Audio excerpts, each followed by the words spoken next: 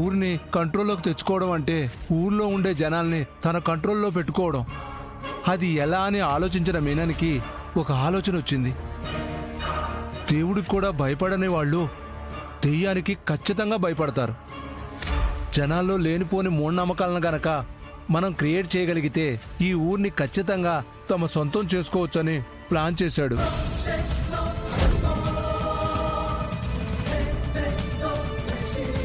అలా ఊరికొచ్చిన ప్రతి ఒక్క ఆఫీసర్ని ఓ దుష్టశక్తి చంపుతున్నట్టుగా రూమర్ క్రియేట్ చేసి వాళ్ళందరినీ మీననే చంపేశాడు.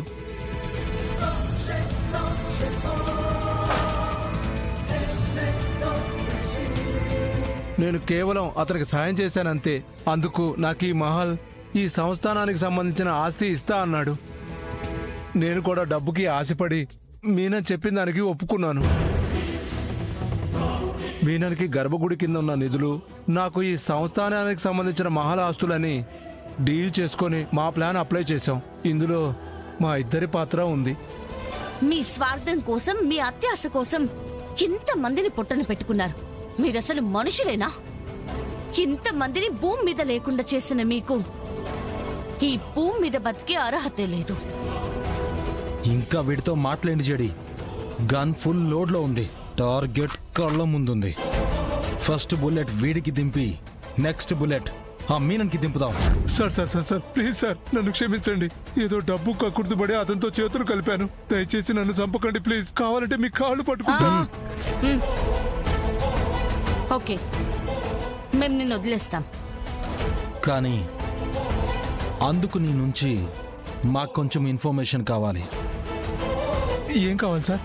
మీకేం కావాలన్నా చెప్తాను, కానీ నన్ను మాత్రం ప్రాణాలతో వదిలేయండి. నాకు కుటుంబం ఉంది. Please madam. కుటుంబం అంటున్నావే, కుటుంబం నీ ఒక్కడికే ఉందా? నువ్వు చంపిన ప్రతి ఒక్కరికి ఒక్కో కుటుంబం ఉంటుందని మర్చిపోయావా? వాళ్ళపై వాళ్ళ కుటుంబం ఎన్ని ఆశలు పెట్టుకుంటుందో ఆ మాత్రం గ్రహించలేదా? అత్యాశకు పోయి అర్ధాంతరంగా వాళ్ళని చంపేసి వాళ్ళని వాళ్ళ కుటుంబానికి కాకుండా చేశావు. నీకు సిగ్గుగా అనిపించట్లేదా?